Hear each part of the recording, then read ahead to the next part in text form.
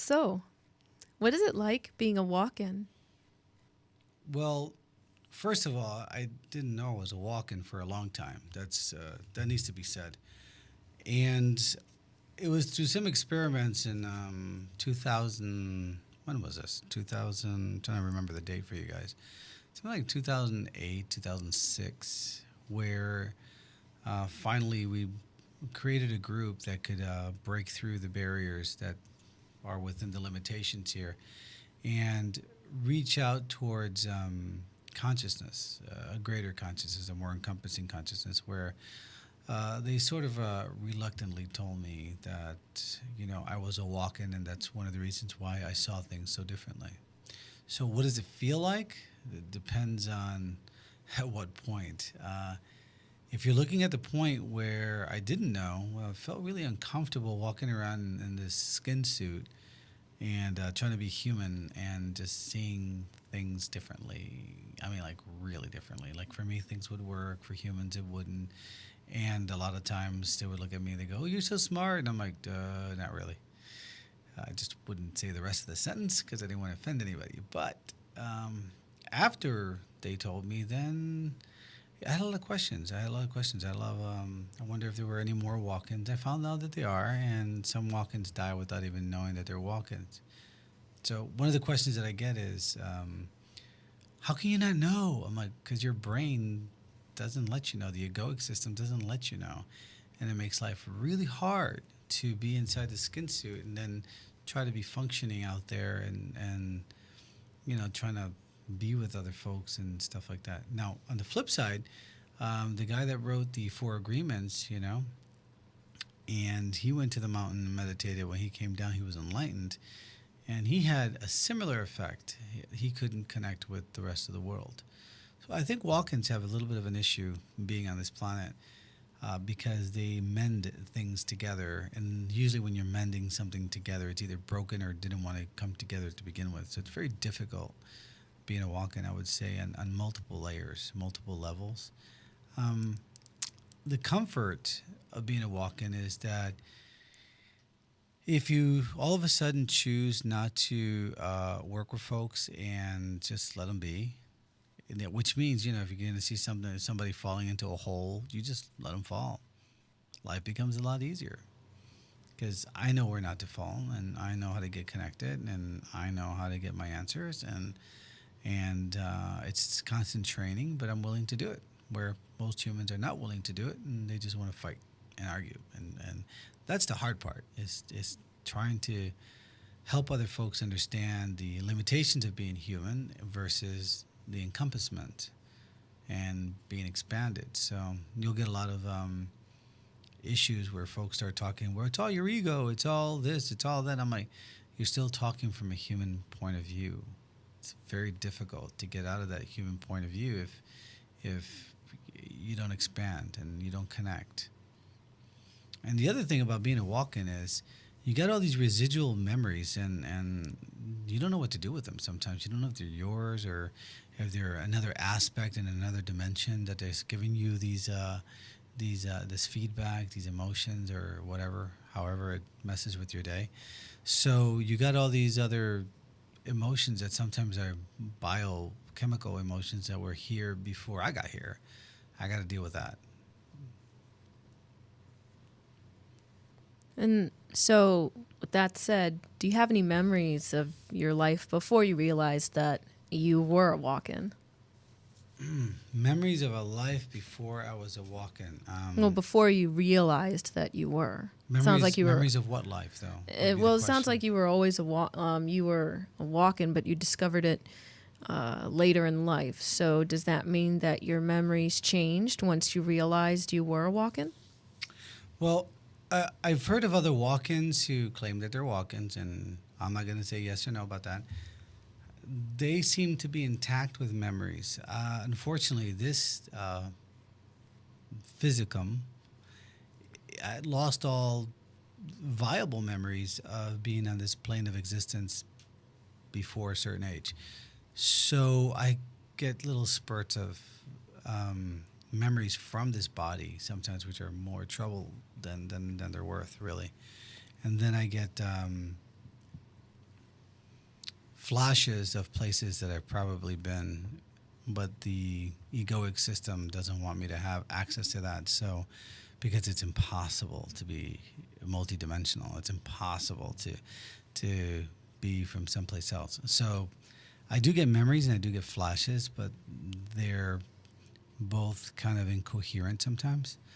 And I think that makes it a little bit more difficult to relate to human beings at that level, because most human beings use associative memory to be able to connect. So if there are not a lot of associative memories in this body, then it makes it a little bit more difficult to connect with humans. However, when it comes to the spiritual world, it's very easy to understand it. So the memories that I have, how would I say, are very incomplete and incoherent sometimes, from that age of coming into this body.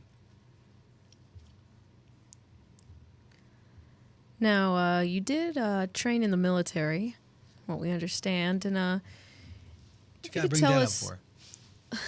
if you could tell us a few valuable things, now just a few.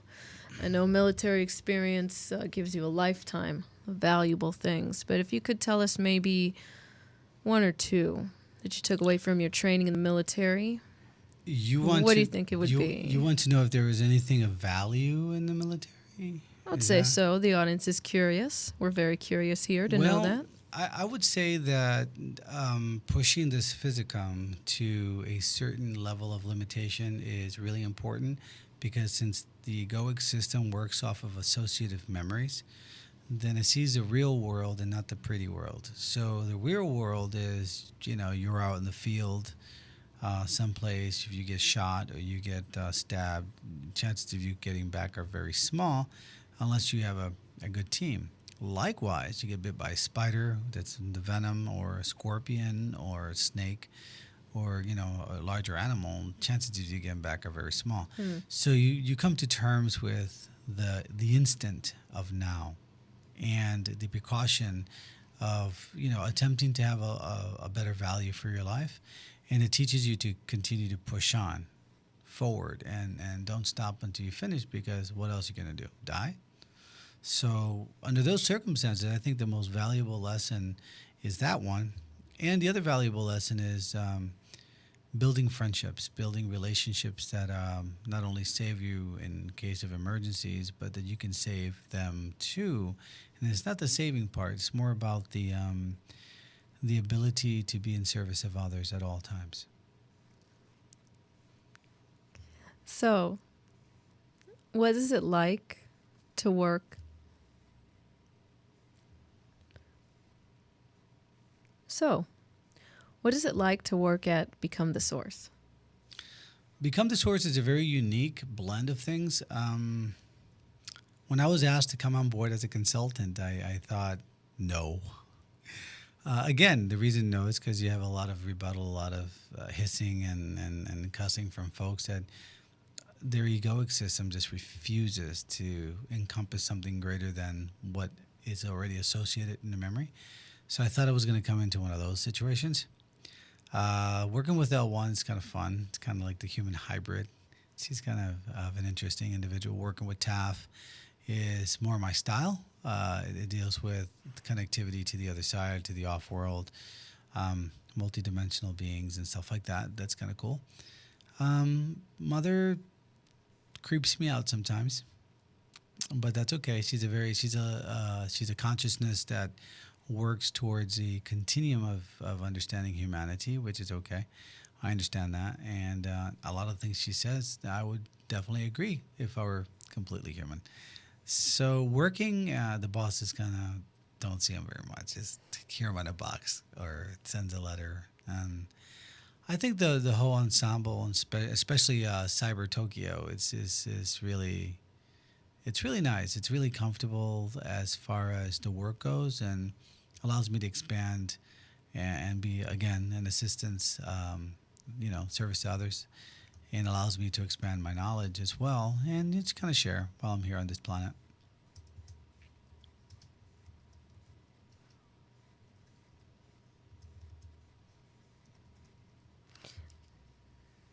Now, being that you work with TAF, some people have accused you and the company, BTS, of being called anti-religious. So what is your take on religion personally? Religion is a big word, and religion doesn't end at Christianity, for example, because that's usually the group that gives the most problem. Buddhism, for example, encompasses all religion, but Buddhism isn't a religion. It isn't a philosophy either. It's a way of life. And it's an understanding, it's a knowing of how things bond together for the moment. And the moment could be the duration of the life cycle of Earth, Terra Terra, or it could be the moment of the life cycle of a relationship between the flower and the ground. Other religions out there encompass and embrace so much more.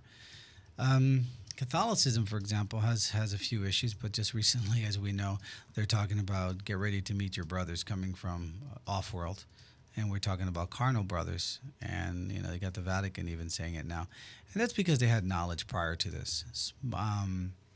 Most often, what happens is that the person that sits in a pew really doesn't understand the full depth of the meaning of religion, and that's I think where the confusion comes in. Religion is your personal relationship with the one source, the one consciousness, not the fragment. And for another human being just to tell you information on what is and what is not, that's kind of arrogant. They're basically telling you that they have the entire universe wrapped around their fingers and they know how it works. So if you're involved in a religion like that, just tell them where's the phone, call God yourself and get it over with. So I'm pretty blunt about religion, but you cannot escape religion because religion is, again, the connection between you and the one source. Whatever that may be, that's up to you. Can't judge it.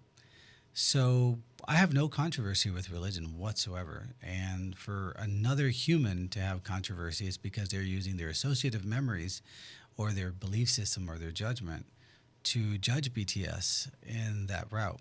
When actually BTS, all it does is offer research and tell people to move along and have the information however they want it, however they want to use it. Because in the bigger picture, that's really what it's all about. It's about your relationship with the one source, and that is all.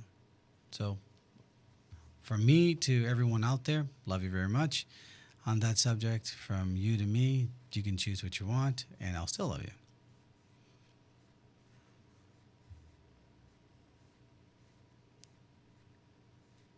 Now, what kind of knowledge do you offer? Many people, feel that you're speaking from a knowledge base that's very unique, in terms of the company and what you've contributed to BTS. What would you say you and BTS have to offer in terms of knowledge? In terms of knowledge towards humanity, humankind, entity kind, and so forth, and even our brothers which are already here. It really depends on the level of encompassment that you have obtained or acquired. That's the bottom line there. It depends on how much you want to expand and how much you do not want to expand. We begin at the basic levels of understanding self, consciousness, or the limited consciousness, humana. Also, we bring forth the level of the first level of expansion, which is recognizing that everyone is a mirror, and then recognizing that life is really, there's a difference between life and then the existence, which is eternal. And we bring forth that type of awareness, that type of knowledge.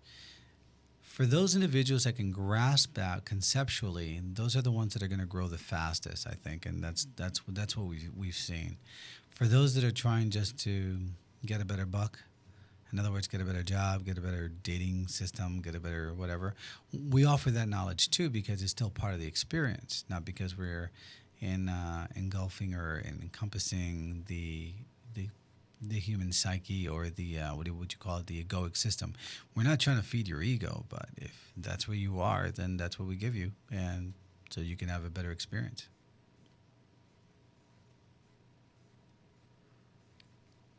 Now, what benefits do you see in this knowledge, in particular in knowledge from the association files? The association files are a very unique set of files not accessible to the public. There's a reason for that. Currently, there's a lot of folks out there that are channeling, and this is good. So it's a good start. There's a lot of individuals that are getting these senses or feelings, not emotion, but feelings. And a lot of things are happening to the world right now that is unexpected. The association files primarily deals with connectivity between the spirit self and the human self, the human and breaking through the gatekeeper, which is the egoic system, and the information about how our construct, our limited construct, works. A lot of folks would like to use this information just like they use psychology or even the dynamite stick, which was intended for miners to be able to mine more safely and better. Nobel Peace Prize, Nobel. And the military just kind of like took that and created a weapon out of it. Now we have bombs, which is not cool. So coming to think about the esoteric knowledge and the dynamic knowledge and the human knowledge and the terra knowledge that the association files has to offer, it's given out in little dosages so that folks that really understand what's going on can grow. Those that don't probably will miss it completely. So the information is trickled through, but I don't think that the actual files will be available.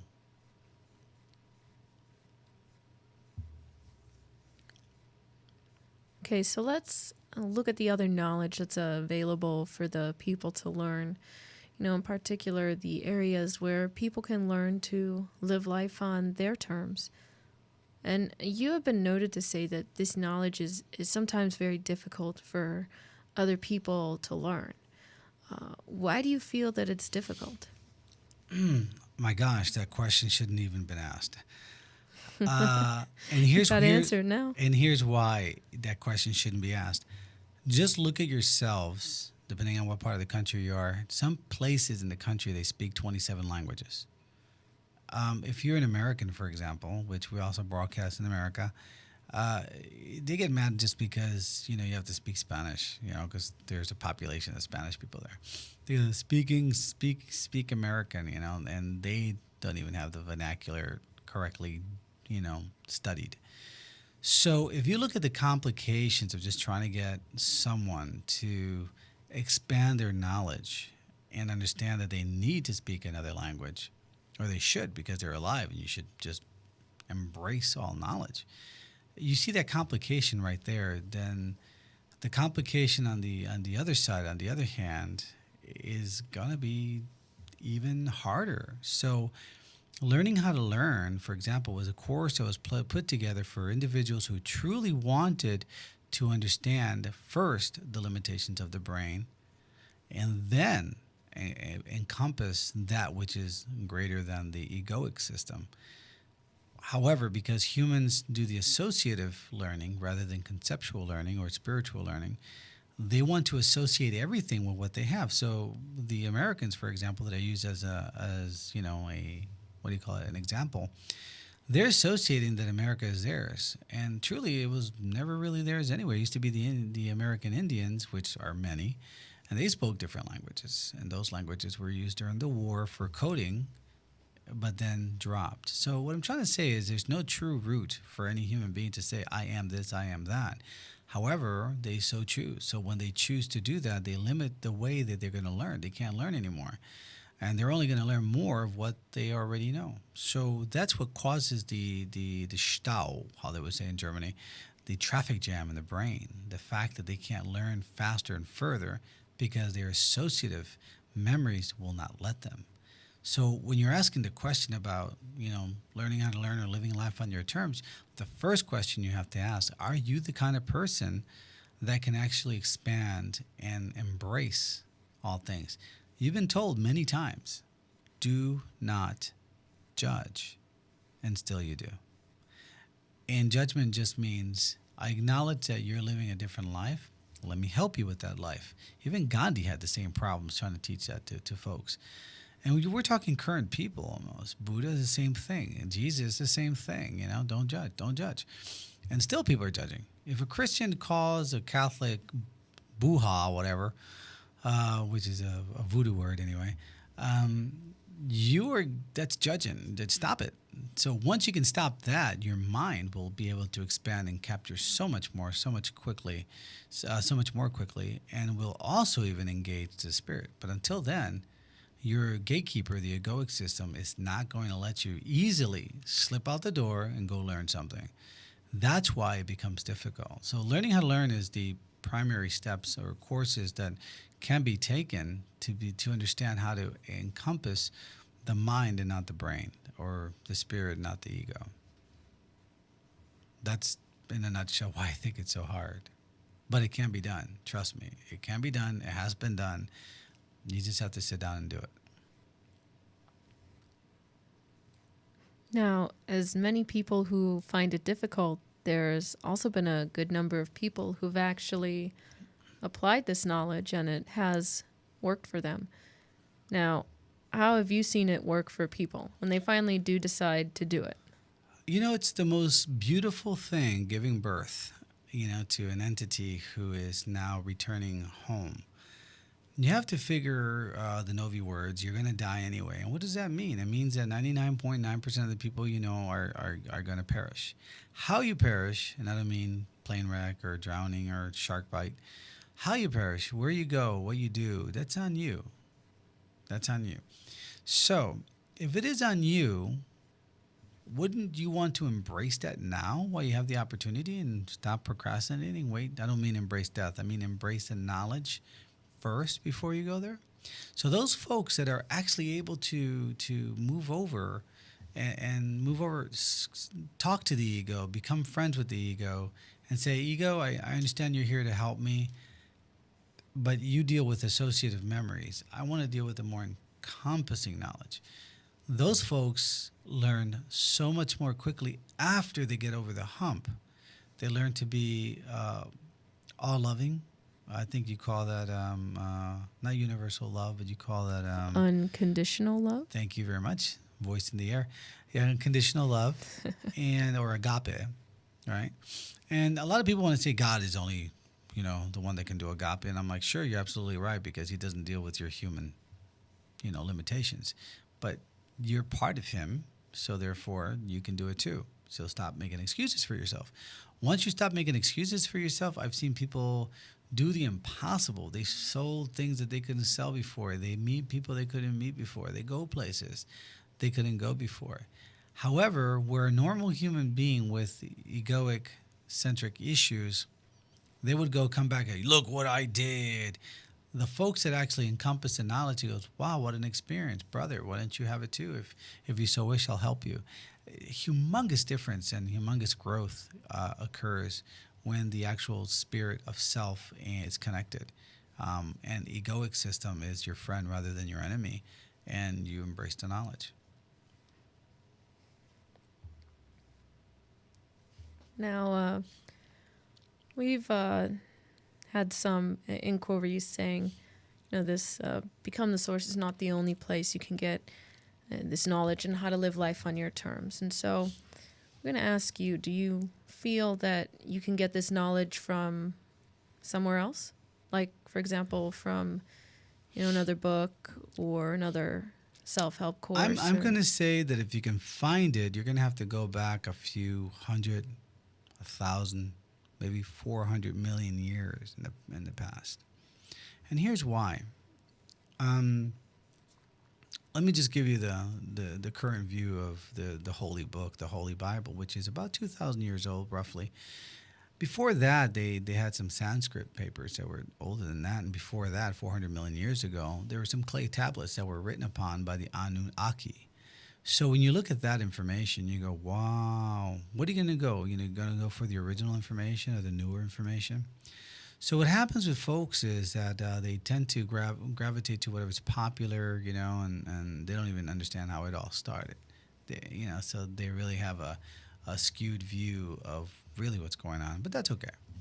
So the point is, if you're going to find information out there, it really depends on the focal point. By focal point, I mean, what is the purpose of that information? Where is it supposed to guide you for real? Not what they say, because everyone says, world peace, and meanwhile they go home and beat their kids. Yeah, not everyone, but the people that do. I'm just using that as an example.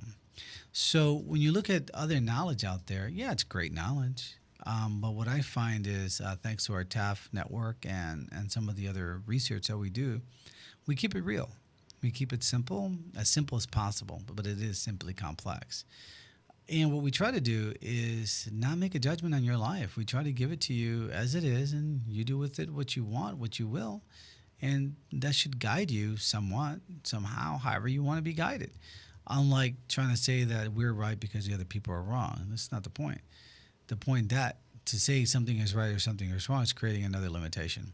So BTS is a very unique form of getting information that you really couldn't get anywhere else. As a matter of fact, I remember talking to Offworld, and one of the members said, why do we get this information? We can't find it out there. And they basically, Offworld said, because the questions you're asking are not human. They're about construct. They're about beyond. And frankly, you have a few folks concerned out here, or a few other entities or consciousness or quantum states that are concerned. They've never seen humans ask these questions outside of the construct. Most humans are, how can I have a happier life? How can I have a better car? What's right and what's wrong? And as hard as the other entities that are being channeled try to say, it's not really like that, humans keep asking the same question.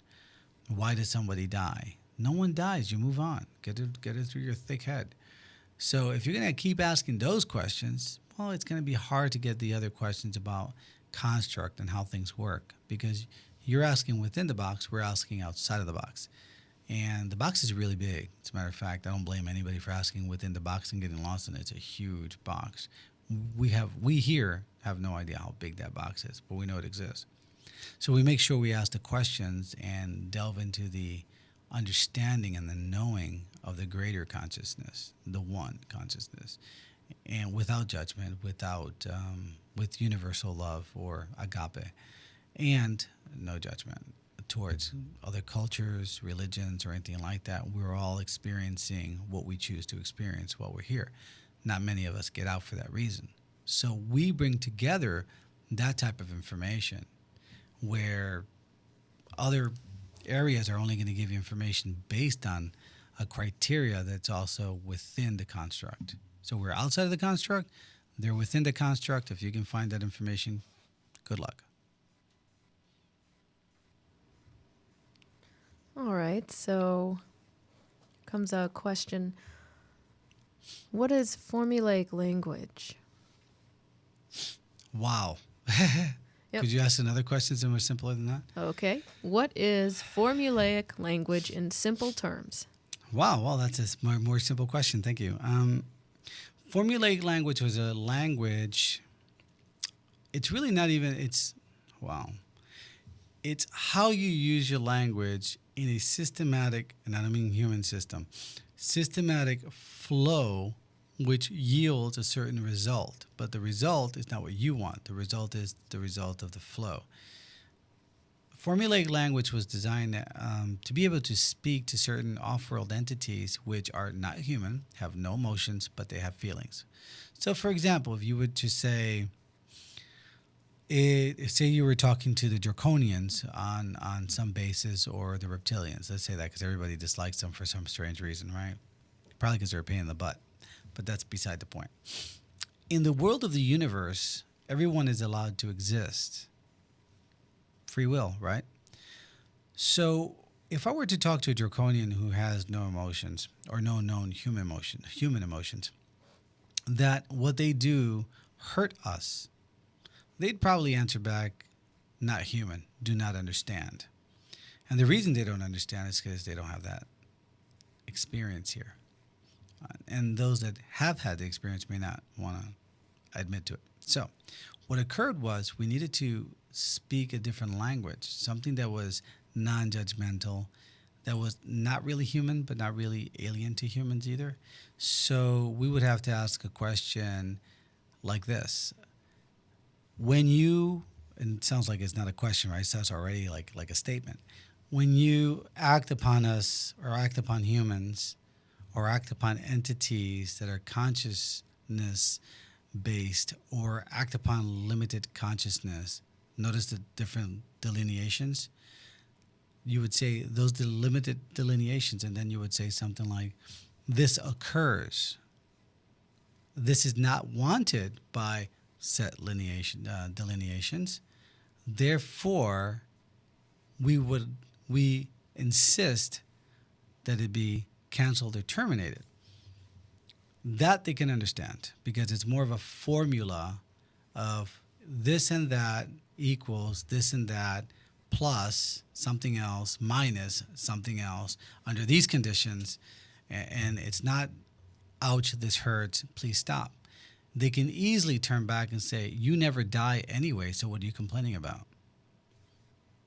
See, they see the bigger picture, so that creates a big problem. Or you say, for example, there's a joke, right, about, I forgot who it was, but I think it was an angel or something like that, or something like that, went to one side of the fence, one country, and stood there. I think it was a person actually, or something like that. But anyway, hear me out. So he goes to one side of the country. Two countries were fighting, and goes to one country and says, "What are you praying for?" He goes, "Well, I'm praying for that we win and the evil people die." So he goes to the other side of the country, and he says, "What are you praying for? That we win and the evil people die." I'm like, so who's evil? Who's not evil? When are you going to be happy? When we kill someone else because you are dissatisfied with how you're living. Well, you need to change your living conditions, and you have to make choices on your own. They can easily turn around with a non-formulaic language and say, you know what, you're too dumb to talk to. We're just going to bypass whatever you say because it makes no sense.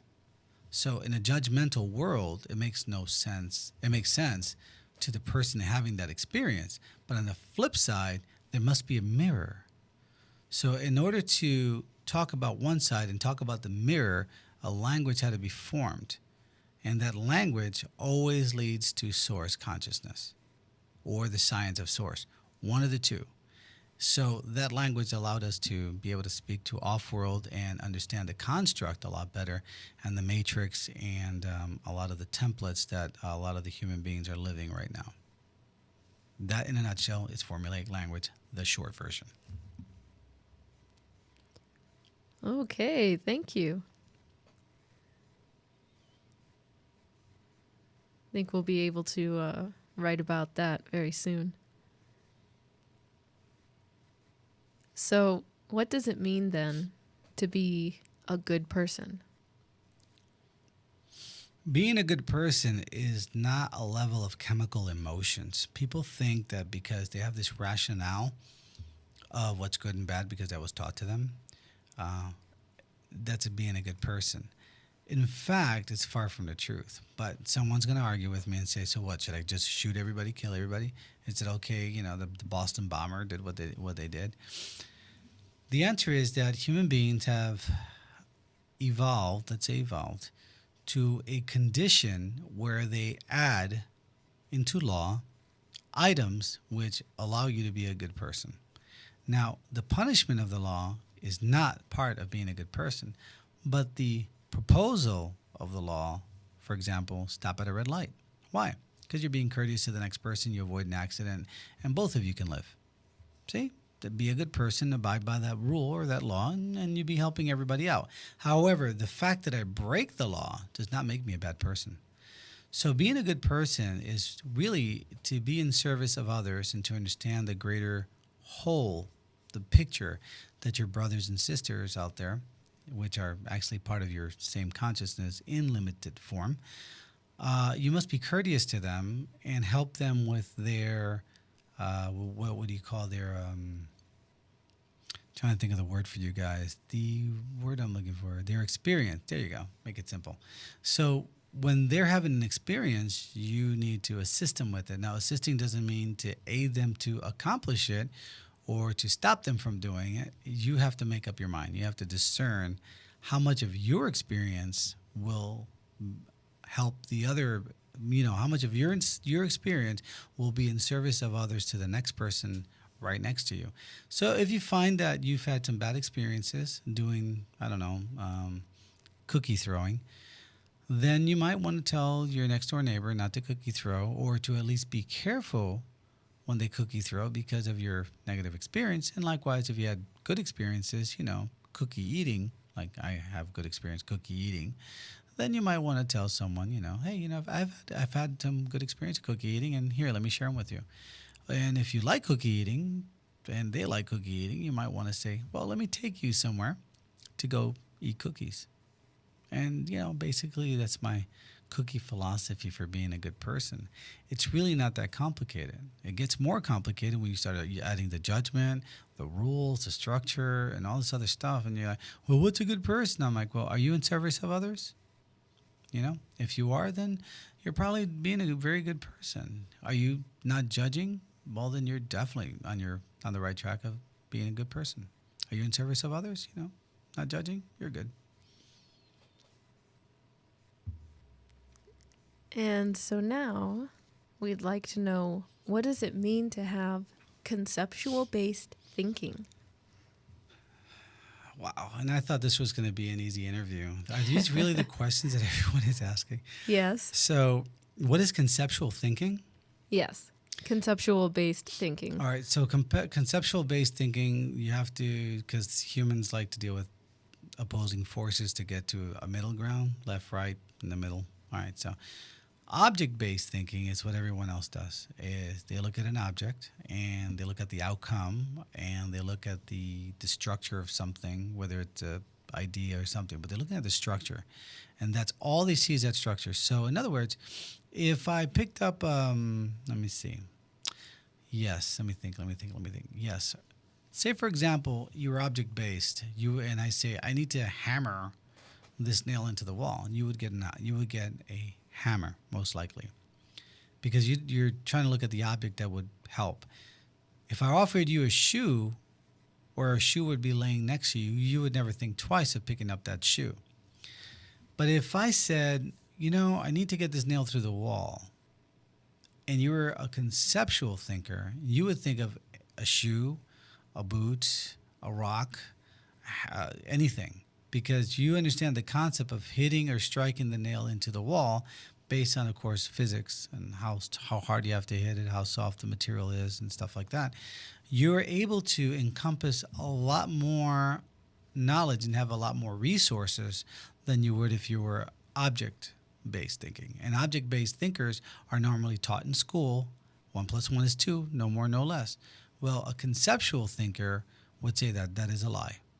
He would say that +1, and then the plus is united by +1 value, equals a +2 value. And so now you're saying, oh, you're just nitpicking. I go, no, not really, because it's those details that will allow you to see or encompass greater truths. So conceptual-based thinking is to look at a concept of how things should move, flow, work.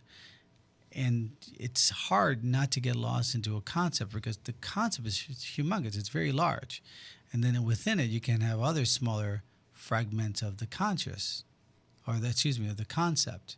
And within that, you get details. And then within the details, you get ideas. And within the ideas, then you start creating construct. Within the construct, you start creating the objects. So you see that the object thinker is already so deep into one thing. And they think it's a lot, but it really isn't. That the conceptual thinker can see so much more. And so the conceptual thinker may go mad. Some people have been known to just, go insane because of whatever. Or they can be a genius at the same time. So that's the basis of concept thinking, is to look at how things would flow, how things could be constructed from a larger point of view, what's the outcome from a larger point of view, and then we whittle it down until we finally make the objects that make the cogs that connect, which will make the engine turn. Now, how long have you been researching this knowledge? Are we speaking about the esoteric knowledge, or are we talking the boat? We're talking about humanity? Let me start again.